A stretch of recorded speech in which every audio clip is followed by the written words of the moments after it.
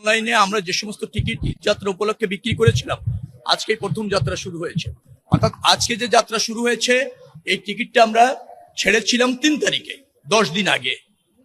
তো সেই ধারাবাহিকতায় টিকিট অনলাইনে প্যাসেঞ্জার পারচেস করেছে এবং আজকের থেকে সেই ঈদ যাত্রা শুরু হয়েছে।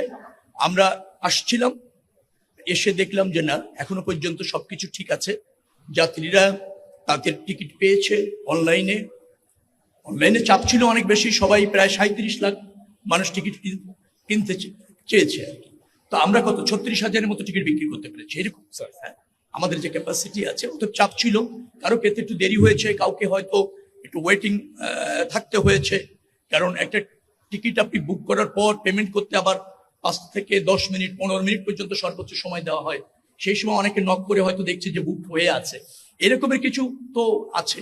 কিন্তু সবাই টিকিট পেয়েছে, ফেয়ারলি পেয়েছে। যারা টিকিট পারচেস করতে চেয়েছে সবাই টিকিট পেয়েছে। ট্রেন ছেড়েছে, আজকে 21টি ট্রেন ছেড়ে গিয়েছে, সবগুলি টাইম মতো গিয়েছে। 2টি ট্রেন মনে হয় 40 মিনিট লেট হয়েছে।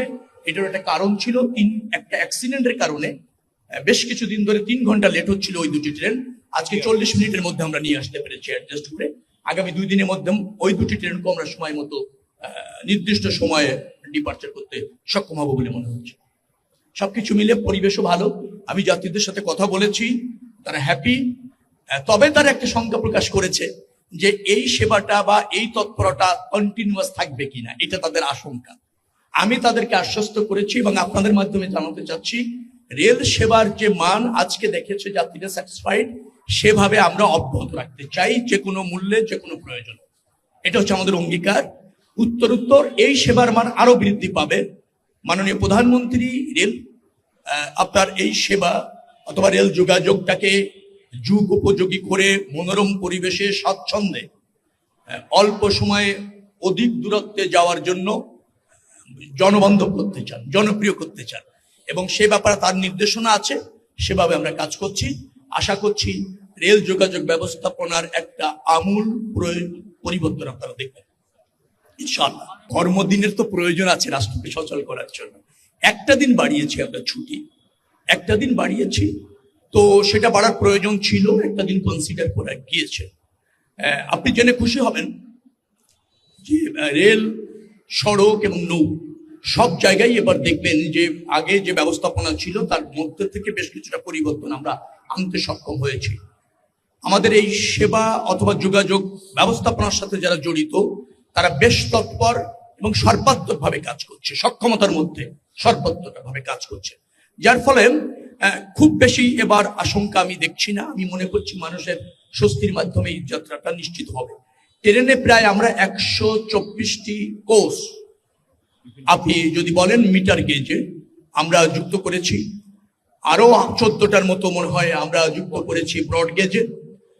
স্পেশাল ট্রেন আরো প্রায় 5 জোড়ার মতো আমরা যুক্ত করতে সক্ষম হয়েছি। তো সবকিছু মিলিয়ে আমাদের যে ক্যাপাসিটি আছে 36 থেকে 42,000 মানুষকে আমরা এই সেবাটা দিতে পারবো, যাত্রাটা নিশ্চিত করতে পারবো। শেষ মুহূর্তে কিছু চাপ হয়, অনেকে যে কোনো মূল্যে ছাদে উঠে যেতে চান, আমরা নিবৃত্ত করার চেষ্টা করছি, উঠার সব ব্যবস্থা বন্ধ করছি। তারপরও হচ্ছে যদি এমন হয়ে যায় শেষ মুহূর্তে যে কন্ট্রোলের অনেক সময় বাইরে চলে যায়, সে যে কোনো মূল্যে বাসায় পৌঁছাতে চায়। আপনি যেটা বলছিলেন 1 কোটি, আমার জানা মতে 1,25,00,000 থেকে 1.5 কোটি মানুষ মাত্র 2 থেকে 3 দিনে ঢাকা শহর থেকে বাইরে যাবে। পৃথিবীর কোন শহরে এই অল্প সময়ের মধ্যে এত লোকের বাইরে যাওয়ার দৃষ্টান্ত নাই। সেরকম একটা পরিস্থিতি আমাদের ফেস করতে হয়।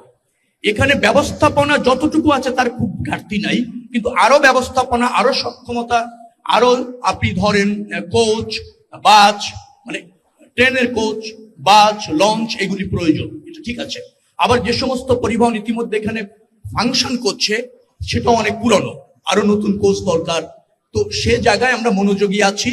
আমরা চেষ্টা করছি নতুন করে আরো কোচ যুক্ত করা, বাস ব্যবস্থাপনায় শৃঙ্খলা এনে একটা আমূল ডিসিপ্লিন সহ একটা মানসম্মত বাস সার্ভিস নিশ্চিত করা।